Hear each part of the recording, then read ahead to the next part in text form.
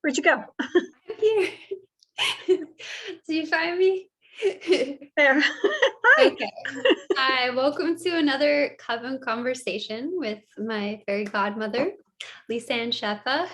And we're going to be discussing changes, how change is the only constant, which is pretty appropriate given the fall weather. And I just want to comment on the fact that we never plan our outfits, but we always kind of synchronously match up. Like seriously, like 5 minutes ago, I was like, I'm going to wear this necklace and just threw it on. And look at you, both of us in that kind of vibe. That's exactly what happened with me. Is like, I'm going to wear the necklace Amanda gave me because it feels like it's like a warrior.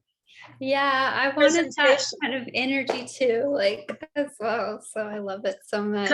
Compassionate, loving, kind warrior, but warrior nonetheless. The peaceful warrior, the gentle warrior, the feminine warrior. That's right. Did you have your cards with you?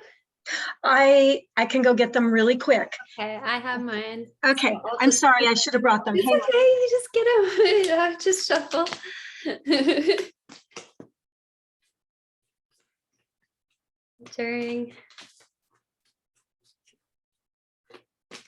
I'm gonna go ahead and pull the one that I get for me. Okay. Sounds good. And this is the. Are we doing one or three? I'm doing one for right now. This is the Fountain Tarot. Wow, that's pretty. And I actually felt called to it today, and this is the Ace of Cups, and we have two beautiful doves here in this cup. So this is like emotional wellspring, emotional new beginning, a new flow, energetic flow in emotions as well. And I think it's quite interesting because this week, okay, I'm quite manic, if anybody hasn't noticed, but like I am done. I get obsessed with things done. I claim it. And I love you. And I love you. All of it. But I've been very much in this studying about how to be in flow state, and flow state is between burning desire and detachment from outcome. And when we are in that energetic flow state, our brain actually releases the same chemicals that are in cannabis. So it releases THC for us in our brain so that we can't, like, that creative portal is open. And so I've been thinking of how to drop into flow state with some of the things that I'm calling forth and some of the desires. And yes, our beliefs create our thoughts, but it's the combination of our beliefs and our feelings that create the manifestations. So getting ourselves in that flow state of allowance and letting it go through and just being the river flowing through to our desire. Are you talking to Figgy? No, I'm talking to Evan. Pop your head in and just say hi. Hey, Evan. Hello. You got to bring your head down. This is the flow state right here.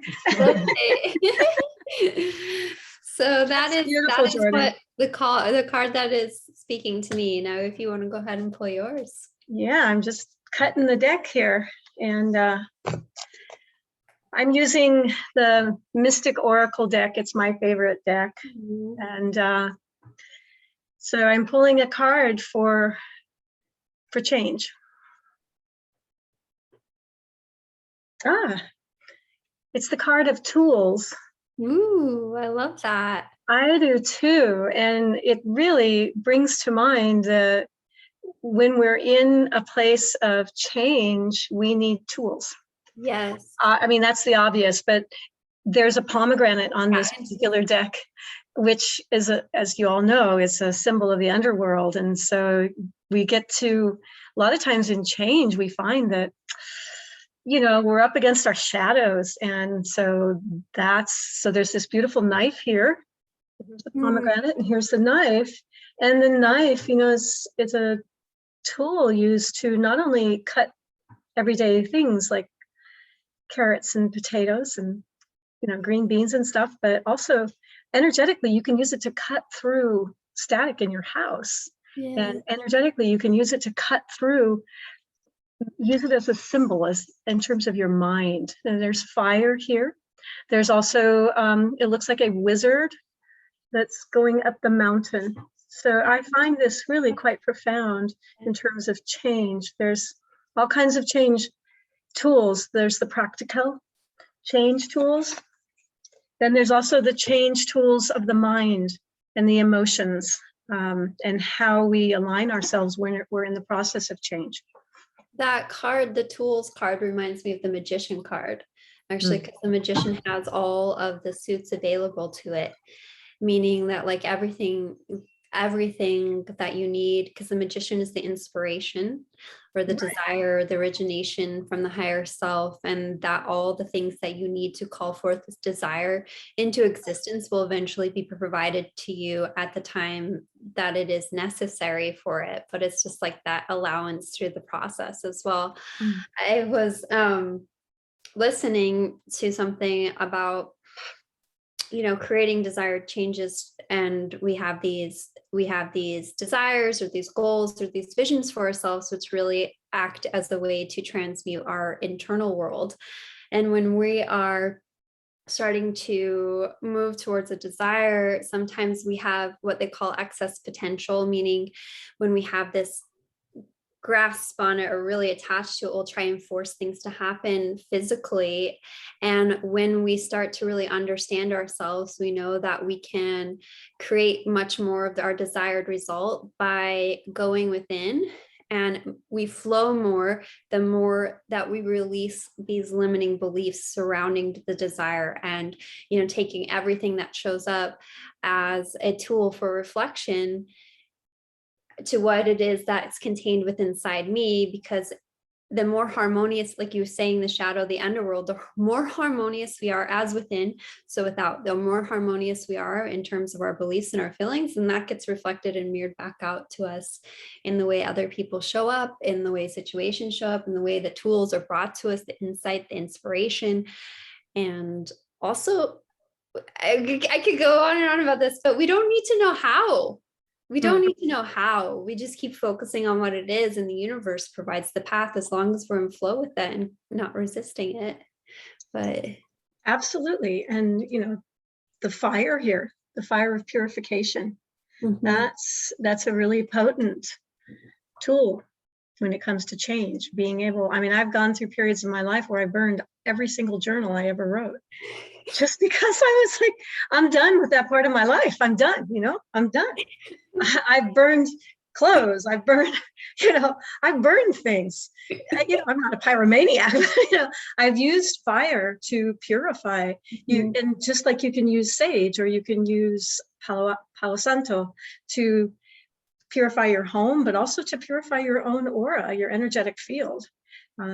When you go to a sweat lodge, a traditional sweat lodge, you pray all night and you purify yourself in the smoke, and that's a very potent tool for change and transformation. I'm not advocating that everybody go out and start doing sweat lodges, but it's just in the terms of fire. And could you hold up the card that you pulled again so I can see it again? Well, you have fire and I have all this water. I know, it's really interesting. That's what I was thinking, is the fire and the water. And this one's got a lot more earth in it too, because of the mountains and the lady, the priestess shaman lady. But I feel like there's something very rich here in these two cards in terms of change. Well, go ahead. I feel like I was in fire purification for a while there for me. Yes. And these past, I want to say 5 to 6 months has felt more grounding energy. And now there was more of like a stabilization, or working on stabilizing myself.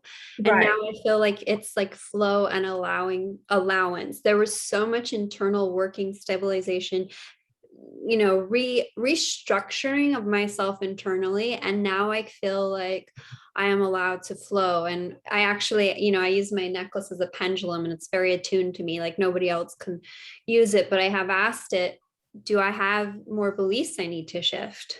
And the answer is no. And then when I ask it, it says detach and allow. And so I'm in the state of water for sure. Maybe you're in the state of fire, but it's really funny because there was a lot of smoke up here from the wildfires. And I installed the air conditioning unit And then I went out on my porch and I decided to burn even more stuff while it was still smoky. I was like, I don't know what's going on. I'm just burning this and burning that and burning this and on my little porch. And the smoke was like getting pulled in through the air conditioning unit. And I was like, that wasn't the best idea. But for some reason, I just wanted that purification. And I think, like, as changes and cycles and everything, is that process. And I feel like for me personally, I have spent a few years in the fire and then restructuring and stabilizing. And now I feel like there was times of like, I want to say like that air energy of like expansion kind of floating. And now I'm just flowing with things a little bit more. I don't really have a clear vision on like what's coming next I have my intentions and my goals, but I'm just allowing for things to unfold for me, which is a big change from how I have been, of that need to access potential and like willed it into reality as much as like quickly, and instead going inside and wielding my mind. And a lot of meditation for me, at least. It's like that's where I'm really feeling the most called to, is just sitting and sitting and sitting in that place of neutrality. Because when we're in that place of neutrality towards a desire, it allows for the flow. We don't necessarily have to get to just exuberance or bliss towards things in our life, but just neutrality and kind of looking at things. And one thing that I've been doing is baptizing everything in success, meaning no matter what's showing up and I don't like it, I was like, this is success. This is leading to my success. And I can only do that after I accept my feelings towards it, because I've had some things that have shown up the past few weeks and I was like, what the fuck is that?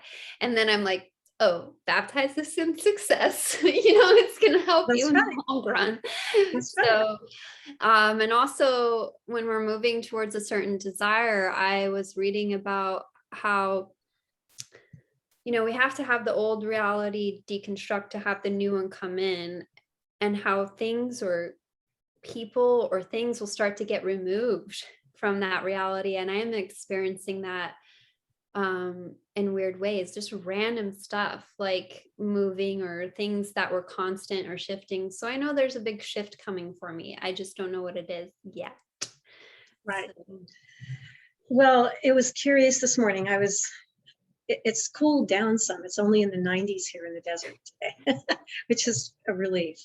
But this morning it was absolutely gorgeous outside. And I was sitting outside for my meditation and my morning process. And we're in the flight pattern of the geese here. And this time of year, the geese, you hear them coming, honk, honk, honk. And I always get excited when I hear them and I see them. They started dribbling in about 2 weeks ago, maybe even 3 weeks ago, which just seemed kind of early because it was still so hot. But today there was 2 flocks and I stood out in my backyard and I watched them. And there was probably 25 or more in each of the flocks. And I started thinking about how if one of the geese falls behind, they will catch up somehow. Their partner, whomever, will fall back with them. They never isolate. They never like leave somebody behind, so to speak. Mm-hmm. And I was watching them and I was thinking, this is a constant process for these creatures that are so attuned to the Great Mother. And they just know when it's time to go south. Mm. And even though things are getting disrupted here on the planet, they still know it's time to go. And it was giving me pause to think, well, where is that applicable in my life? Where is that applicable in my life? And I kind of felt with it and sat with it for a little bit. And then I realized it's different being human, because we're attuned, but we always have that choice. Birds don't really have a choice. Animals, God's little creatures, they don't really have a choice. Goddesses, creatures, whatever you want to call the great intelligence of the universe. They're in response. They're in a way in a sacred union, a sacred trust. And change for them is, it's just the way it is. Whereas for we humans, we get all up in the grill of, I'm resisting this, or I'm resisting that, or I'm fighting this, or I don't want that, or we get attached to things and people. And so part of the tools I was thinking about, it was so interesting I picked this card, is as I was watching the geese, I was thinking, well, part of our tools is to be conscious of what changes we're saying yes to, rather than just, I'm going to use the word going with the flow. I think it's important to be in flow, but that doesn't mean being carried by the tides completely. I think choosing which river you're floating down. Yeah, I like that imagery. Picking whichever one comes your way. Yeah. I think it's interesting you were talking about the geese, because the other night I had the window open and I could hear them. They're leaving here to go to. I know. That's why I brought it up. So it's like I feel this very kind of, just I live next to a beach park and I go out there every day and I see the geese and I see the different kinds of creatures that come in and come out. And so probably the loons are going to be coming in soon here, which is really beautiful. They are beautiful. Fingers crossed, more swans will be coming this year. And just that cycle and knowing that change is the only constant. And that's something that is both painful and beautiful, because when we're in the moments that we don't like, we can remember change is the only constant, meaning this is bound to change. People change their minds, situations change, and that's really beautiful. And I was thinking in terms of how we feel throughout the day, it's only because our awareness is drawn to a past experience that actually doesn't even exist right here and right now. And that's the biggest call, to just try and be present in the current moment. And that's where the true freedom lies. And that can be very challenging. I can bring to mind real easily some painful experiences in my life. And then all of a sudden I have a change in my feeling state. And that thing isn't literally playing out in front of me. It doesn't exist anymore, but I'm creating that existence of it within me. But I like what you were saying about we get to choose which changes we allow and which ones we don't. And sometimes when things change, we forget that we actually asked for it. It might just not be changing in the way that we thought it should.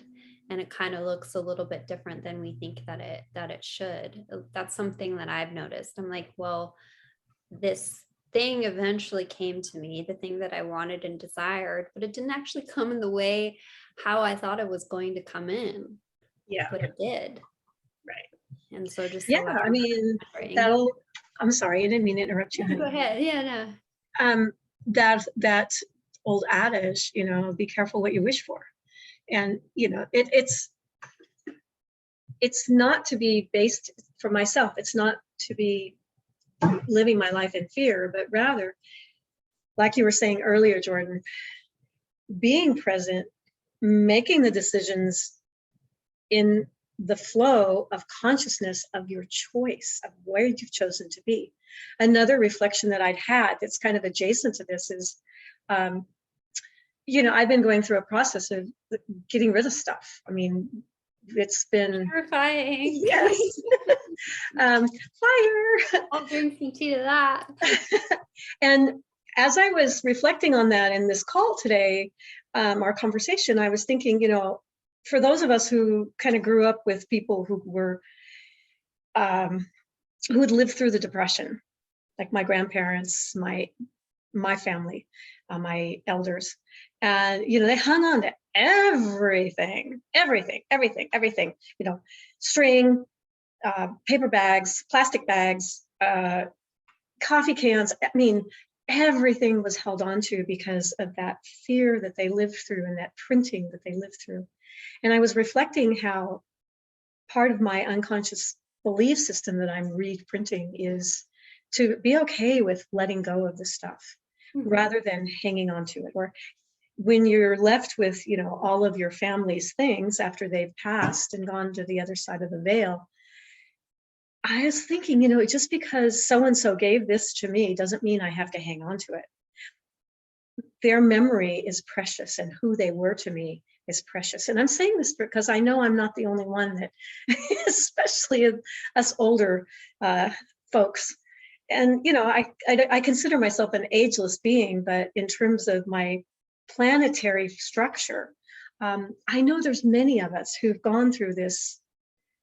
You can't give that away because so-and-so gave it to you, and it would be a dishonor to them. It's not. It's not. I mean, it just hit me today when I was getting ready for this conversation, that I don't have to hang on to 3 sets of china, for example, just because I have them. And that's where the tools of reprinting and allowing change really get clear. And you start making choices. Does this object bring me joy? Does this object spark in me a sense of connectedness to who I am now and where I want to be going? And because a lot of times, when people start changing their environment, and it'll shift everything. That's the whole science of feng shui. Or Vashistrasta, which is the Hindu version. Yeah. I practice that as well. I have a lot of different thoughts on what you said. Like during the years from like 2000 to 2010, financially, I was married at the time, and it was very, very poor at the time. And so that mentality of wanting to like hold on to things and use everything is something that I definitely have had to release like over the years, constantly knowing that, it's coming from this space of, I don't think I'll be provided for. And I've also been looking into a lot of minimalism, and in terms of giving gifts to people, because we want to share that, giving gifts that they can use or utilize, or can be eventually, like giving flowers, they're enjoyed, but it's not something that that person has to hold on to for a long time. And kind of moving away from that like materialism attachment, which is something I get very sentimental about things. Like I'm a little Cancer crab. I want to keep like, I just keep, like, so those are the little trinkets that I have around my house too. I understand that process as well. And I like what you said about changing your physical environment, because if we're in a state of kind of stuckness, actually one of the ways that we can easily shift ourselves into a different state of being is to move to a different physical environment. If we can't move our houses, but just to travel or location. It's really funny. During quarantine last year, all of us kind of went into this different state of being at home. And I think a lot of changes happened and a lot of things manifested. And then eventually, because we weren't interacting with new people, we're stuck in the same routine, Groundhog Day. Then collectively, the whole world got in a state of stuckness. And for me, I took a trip down to the Oregon coast by myself. And when I went down there, a lot of like a backlog of manifestation started to come in, because I moved myself out of a state of stuckness. And that's happened multiple times when I've gone on, different vacations, or I try intentionally each day to do something that's a little bit different, even though I love my routines, I love my same kind of foods.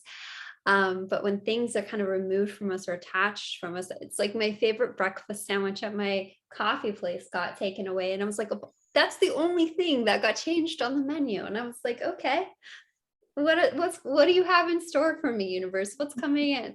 Right. And right now, my best friend, she's making a beautiful life transition to move somewhere else. And I'm so happy for her, but I'm like, okay, there's all these subtle changes happening in my own environment and some kind of deconstruction. So I'm just witnessing this process and wondering what's going to come in. And even in terms of the ending of my marriage, the ending of that partnership, it was painful, it was hard, but it kind of created this space, this vortex of space for hundreds of new friendships and connections to come into my life that I wouldn't have experienced otherwise.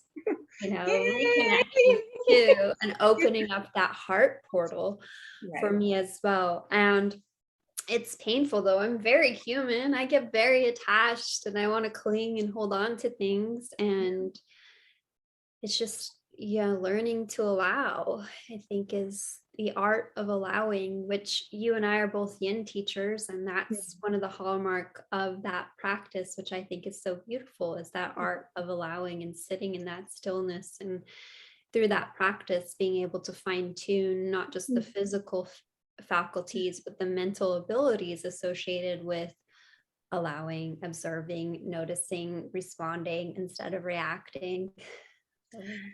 Oh yeah, so well spoke, my dear, so well spoke. And really, one of the things that I love about yin is the spaciousness in the practice. And when it comes to change, I believe that inviting spaciousness into the change is important. There's a whole line of consideration in the Course of Miracles and the Course of Love about the ego and the little S self and the big S self. And this morning I was reading, part of my reading, I was reading about how big of a miracle will you ask for? Because in choosing to ask for a big miracle, for instance, may solutions to the stress of climate change on the planet be found swiftly.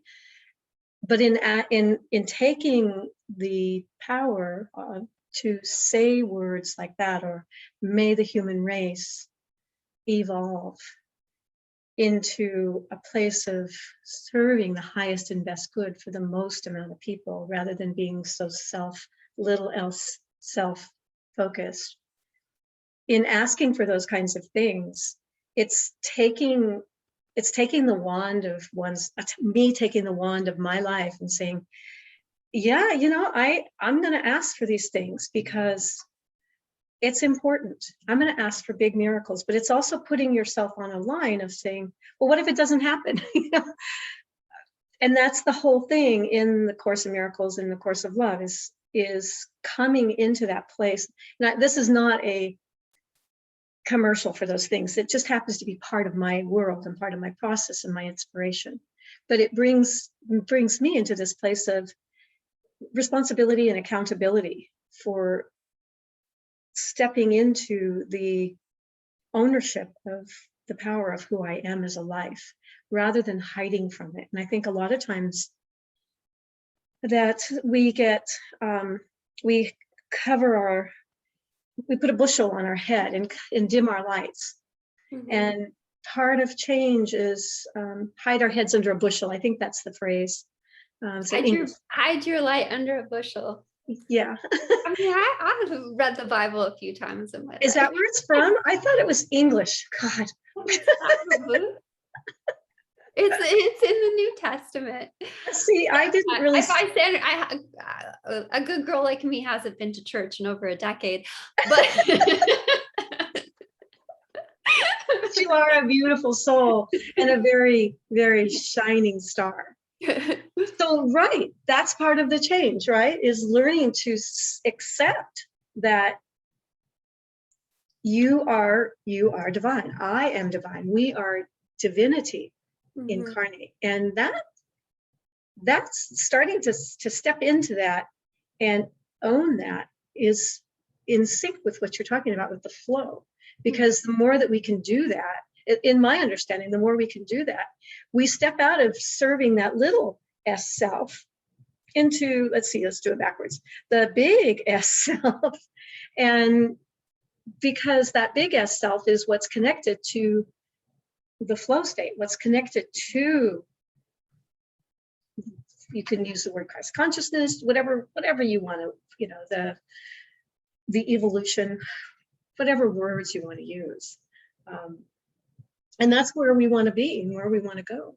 In that conduit of divine radiance is like what I want to, but I like what you said about miracles though, because in my opinion, and what I have always said, a coin in a castle is all the same in divine mind. It's just the importance that we attach to it. So, there's some things that for me, I started asking, hey, can I have a miracle every day? A few years ago. And some of it was, one time I have this glass on my balcony and this beautiful spider web was frozen and crystallized on there, and I still remember it, and it was such a miracle for me. Or even this morning I said I tried something my friend tried, and I was like, okay, should I do this certain thing? Awareness, show me a hummingbird by this morning if I should take this certain physical action instead of just energetic. And then I was at the coffee place and I was like looking around. I was like, oh, I shouldn't be looking for it. And then I turned my head and there it was. And so it's like there's those small miracles, but it's the importance that we attach to it. And also if we are actually willing to do the internal changes to align with it as well. And sometimes I think when we ask for these miracles or these desires, sometimes it's a false desire, meaning we don't actually want that thing. We want that sensation from that thing. And I had to sit with that myself. Like, what is it that I want from this experience? I want the feeling of being chosen. I don't actually want this thing. I want to feel chosen. Right. And knowing that all there ever is the sensation we create inside of ourselves, that there's not this orb of feeling hurt, anger, love, tenderness that like somebody gives to us and it's like, here, now you put it inside. No, you actually are creating that sensation inside of yourself. And that's the sensation we always have created. So I think in terms of, it's interesting. I was writing this morning, I see the earth is healed. To your point about these grander, more collective agreements. And so what is it? How are we going to shift our mindset around that itself? And I had this discussion earlier this summer with somebody in terms of looking at the earth and looking at as, okay, and people don't like come hunt me down. But I'm just saying, are we looking at the earth as this like fragile thing that is in need of saving, that is a scarcity? Or are we like looking at the earth as Mother Nature as this like thriving thing who's always going to find a way? And I'm not saying, hey, everybody go litter and do whatever the fuck you want. I'm just saying like taking the appropriate actions to support the environment and maybe changing our conception of the earth as this thing that's like the earth is like this master at renewal of energy and constantly thriving and finding a way and doing our parts as human beings to take care and nurture the earth. And I know there's plenty of more ways that I could be doing that myself. So. I really value and agree with what you're saying. The earth is not really fragile. It's just that we're putting I don't think it's fragile. I think that maybe my words sounded like I was saying that, but we're putting too much stress on the being that the earth is, that gives us sustenance, that provides domicile for us, that our physical bodies are made, they're carbon, they'll return to dust when we're done. And we're eternal beings, I believe, and we have this opportunity here in this time incarnate to learn the lessons that we need to learn, to become better or more connected. Let me write it that way, more connected to the divinity that we actually are. And sometimes that's not easy. I mean, it's not easy. And I know it. It's not easy to change habits and to change patterns and to rewrite the unconscious mind patterns that we have from growing up, the unconscious agreements that we made growing up with our families, with each other, with, it takes consciousness, and it takes gentleness, and it takes fire and determination. It takes all those things to step forward and say, okay, I'm going to draw a line in the sand, and this particular behavior, once I step over there, it's not going to be part of my life anymore. It's just, it takes commitment. And I know, I'm not preaching here. It feels a little preachy. I don't mean to be preaching. It's just, I just feel like we've talked about this, you and I, before, about spiritual bypassing. And there's so much of that going on in the world these days that I want to encourage people to like take the time to get to know yourself. And like, what do you really like? Who are you really? I mean, what is because each of us, that the lines in our hands are unique to each of us. And it's a roadmap of where we've been and where we can potentially go. When my son he was nursing, and I would look at the palm of his hand and read his palm, because I could see like natural inclinations that his little hand, which was only about that big then, I could see, oh, this is something that's here, that this life came in to the world with. But he gets to choose whether or not he's going to fulfill that. Yeah, I think what you say about bypassing and toxic positivity, and a lot of the stuff that I put out for myself, some may look as it toxic positivity, but it really comes from being in this space of like gazing towards the light, because I have been in this underworld of shadow in my own life and have sat with a lot of the contrast, and knowing through that experience, whatever comes into my field of awareness, I first allow myself and accept that the feelings. Sometimes it takes me a while. Sometimes, like one time I was really like just kind of ignoring or in denial about my feeling. It took me 6 weeks until I finally was like, just broke down and cried about it.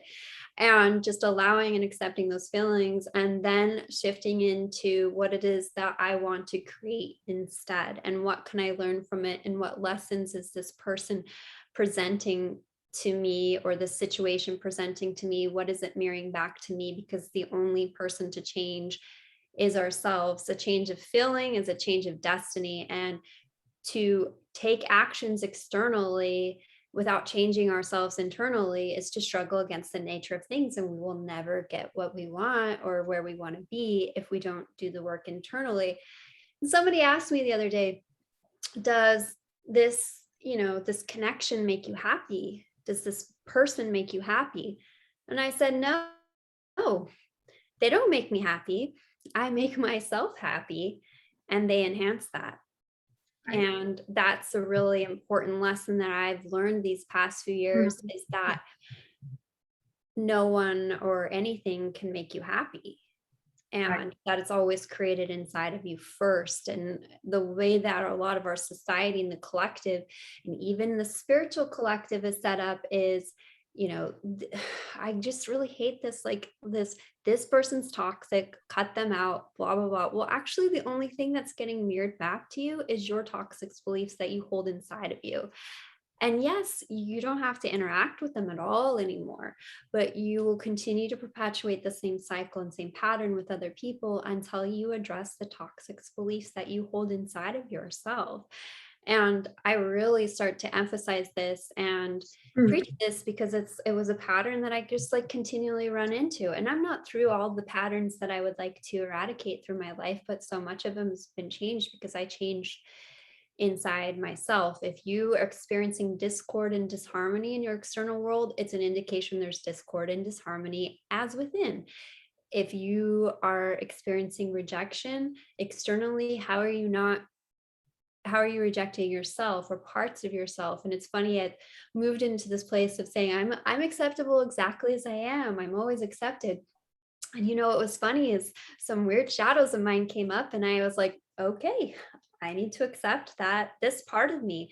I accept I have attitude. I accept that I'm rageful. I accept that I get obsessive. I accept that I get a little manic. I accept this, and just this radical acceptance of self, of myself first. And then guess what happened? Everybody else started accepting me unapologetically, unconditionally, because as within, so without. Absolutely.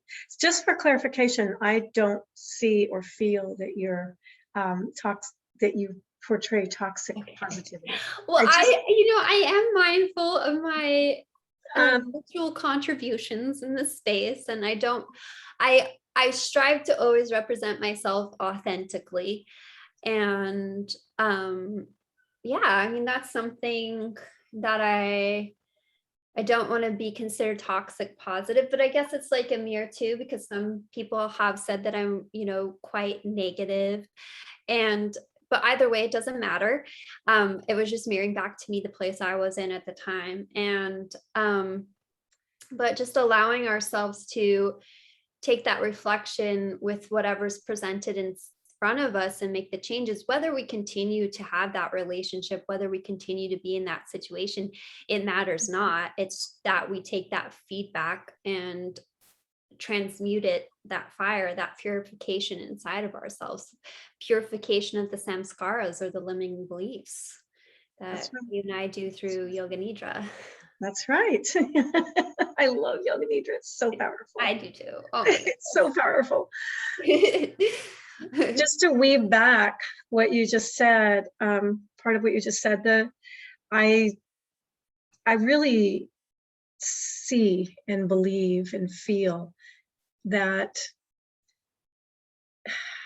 as we start to accept ourselves more, all of ourselves, like you said, the part that's lazy, for me, the part that's lazy, the part that's, still thinks it's a victim sometimes, from my childhood, and just go, oh, okay, all right, come on, little girl. I love you. Let's go.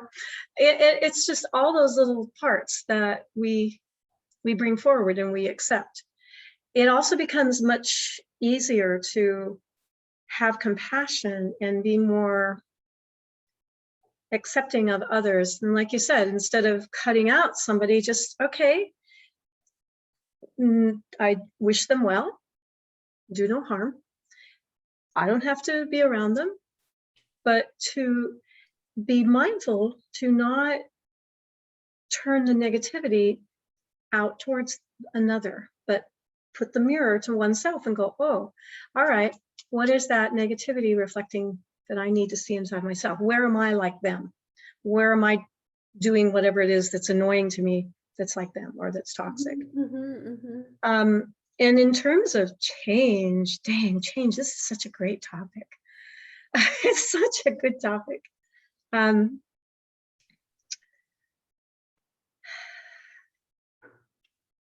It's the only constant. And I know you've said that, and I know it's almost cliche because people say it so much, but it really is.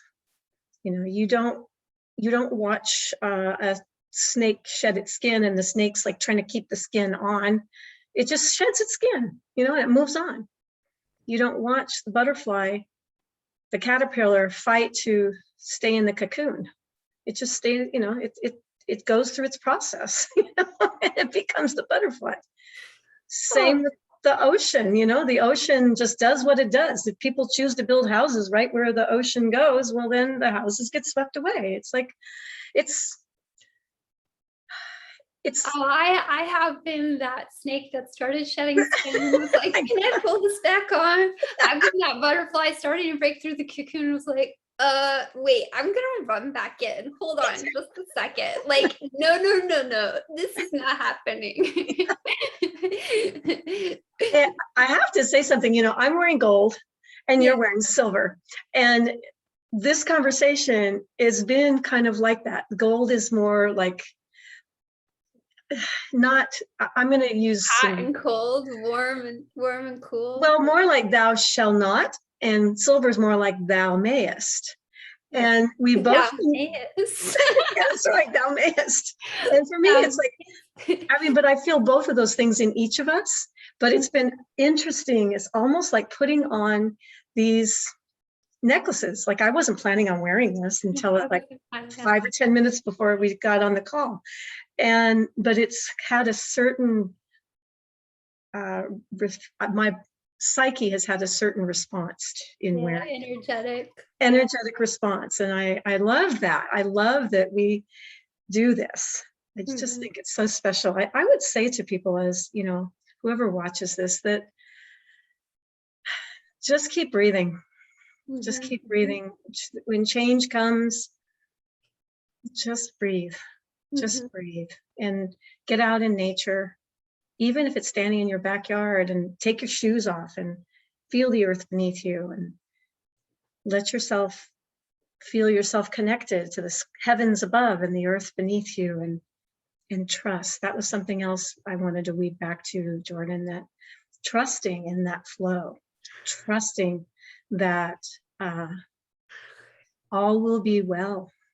That is literally what I was telling a friend this morning, what I wrote down this morning is I just need to trust and allow. Trusting and allowing has gotten me this far so far.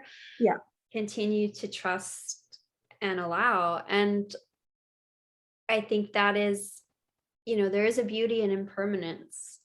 And I think one of the worst things would be to live forever in a way, because then we take of the sweet honey of each moment, like of the nectar of each moment, and really savor it, because it is this impermanence, and knowing that the hard times also mean that there are good times as well, and just flowing through. And I think when we start to shift our beliefs, though, what I do like is that the wave, the up and down, is at a higher, I guess you would call it a higher frequency, instead of ups and downs at this level. And that's what I've experienced too. I still have up days, I still have down days, but they're at a higher level of like flow, instead of being down here before. And sometimes I think to myself, well, my goodness, how did I function before with all that like ickiness and all those icky beliefs I had about myself, that I felt inside of myself. And I like what you said about trust, because I posted something the other day about, I was raised religion. I still love a lot of the people in the religion, but the religion did teach me to distrust my own intuition and my own insight and my own guidance system. And that's been something I've had to reclaim for myself. And it's beautiful to be like, I trust myself. And I look at the very subtle ways that I affirm that I'm not trusting myself. Oh, does this look good on me? Should I wear this? Should I do this? Should I get this? I literally am just like, nope, I'm going to wear this outfit. I'm going to do this thing because I trust myself. I trust myself to know the decisions that are right for me and the things that I should do. And that's been something that I have, you don't need anybody's permission for the things that you want, for the things you want to do, for the life path that you want to live. And I've really been practicing that so much more, about not needing other people's opinions or reassurance for what it is, but just trusting in my heart and trusting that I know what's best for me. And you know what's best for you. I can't get inside your head. I can't get inside your experiences as well. And the more that you trust in yourself, the more that you can trust other people as well, as within, so without. If you don't trust yourself, you're going to be experiencing mistrust on the outside. It's just it's this amazing relationship. And I think one of the beliefs that I have been sitting with, and I notice because sometimes when I have mental arguments with people, I argue with them in my head. I'm like, one time I was in the shower and I was arguing with someone, and I was like, what, you don't like think I'm good enough? And I was like, oh, there it is, Jordan.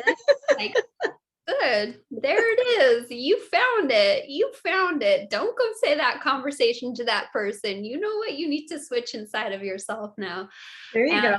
These past few weeks, I've been going around being like, because I'm good enough. Everybody knows I went through my worthy phase a few months ago. That belief's on lock now. But now this good enough belief, and it's really interesting. I'm working on a manual. This is good enough. this is good enough. This amount of money is good enough. This is good enough. Like just constantly affirming which way is good enough. Is that Evan? Hi, Evan. He's going in and out. I apologize for the No, it's okay. life. Anyway, I life. hope that is helpful to some people, because Yes. sometimes when we have things show up and then disappear and show up and disappear, it's really the underlying belief of I'm not good enough to actually have this, to receive this, to be this. And that's something I've been sitting with myself. And it actually came through what happened at nationals for me.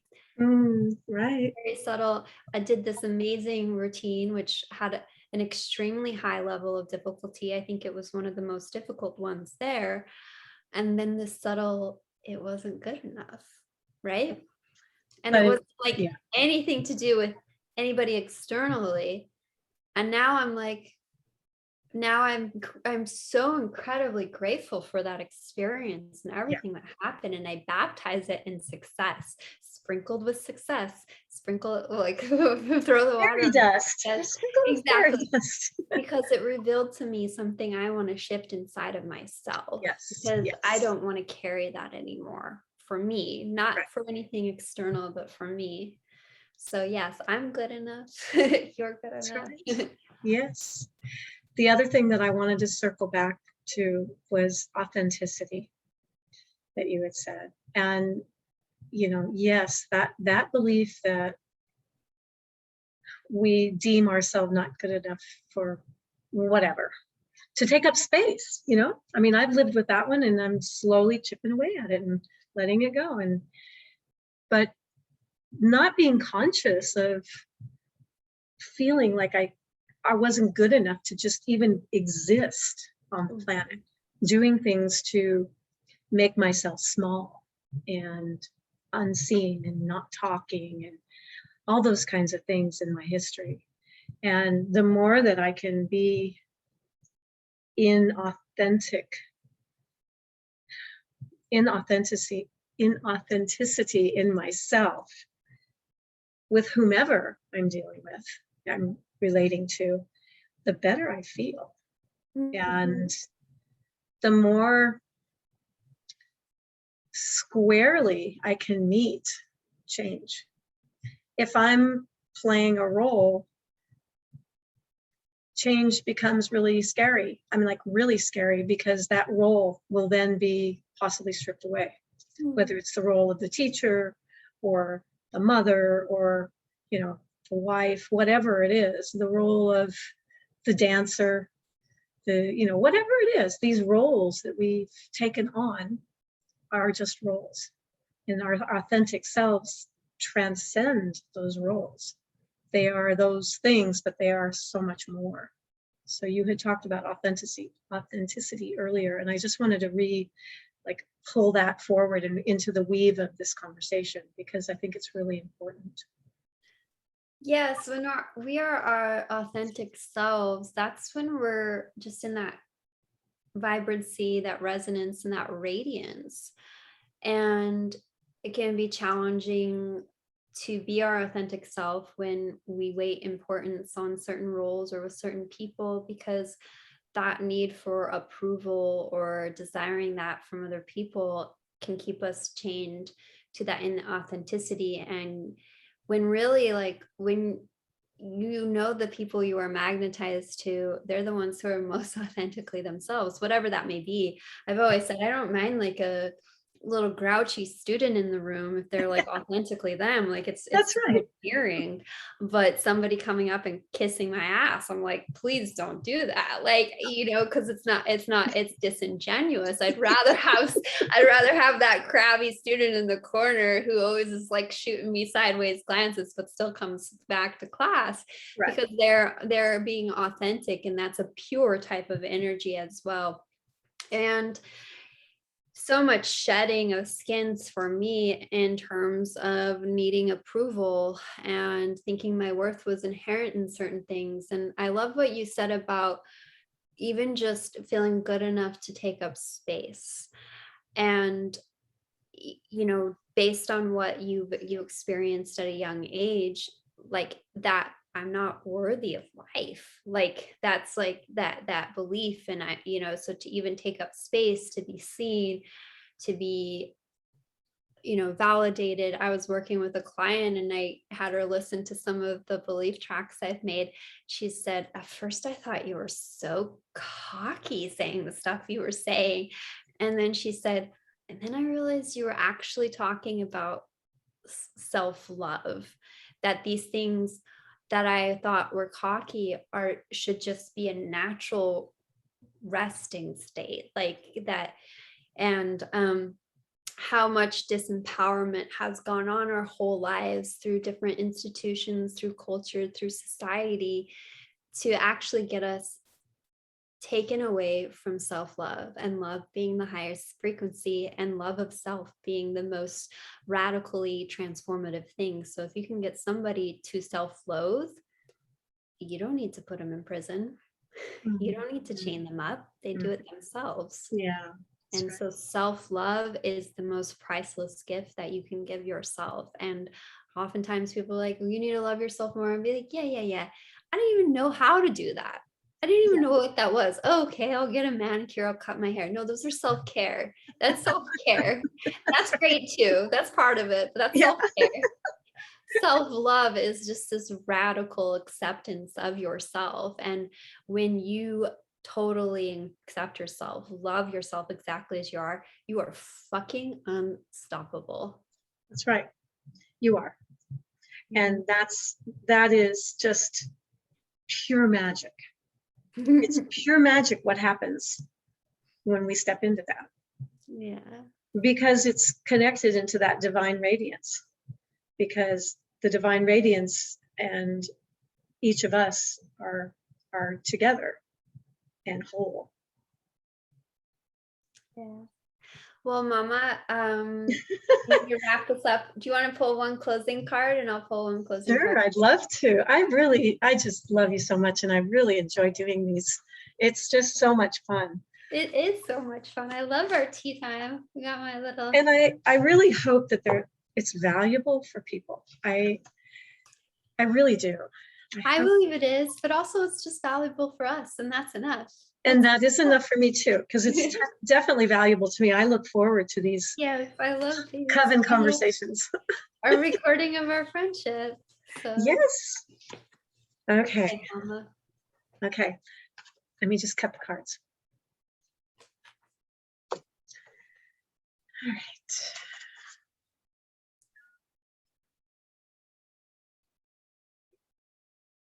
Ah, the sacred masculine. Ooh, la la. Look at that ram. And I got another mountain. So mountains are part of. Ooh, are you going to be taking a trip to the mountains, my mama? I just maybe need to. Oh. Wow. Yeah, look at this. This is really, and there's more fire in this one too. Down in the corner, there's the ram, which is a symbol of Aries and the masculine. And again, there's this beautiful star shape of fire. Really beautiful. Fire on the mountain. Mm-hmm. Okay, then I got the Hierophant, and he's opening up this box here. Oh, the Hierophant. Okay. Wow. It's really beautiful with this Ace of Cups too. So this is spiritual advisors, spiritual wisdom, spiritual connection, but also union. And I'm like thinking like this surprise, this opening of this box coming. So I'm going to remain in flow and allow the union, delight, surprise to come to me. Wonderful. This is card 4 in this particular deck. Okay. And 4 is, it's the 4 directions, the 4 seasons, the cycles of the moon, but it's the sacred masculine. And I just love the interweave of that. I think it's really special. It's also got a lot of earth. There's no water in this except for the clouds. So it has all the directions except for flowing water. The water is represented by the clouds. But I it's got the water, Boo. I stole it you all from you got all the water over there, baby girl. California. I stole You're it all like from you up in the Pacific Northwest. and I'm down here in the desert, right? We got the water up here, Boo. I have the earth and the fire down here, I'm telling you. Yeah. All right, Mama. I love you. I love you too, baby. I value you. I cherish you I and accept value you, and I accept you as you are. you. We are limitless. So mote it be. So mote it be. Still the kiss. Bye.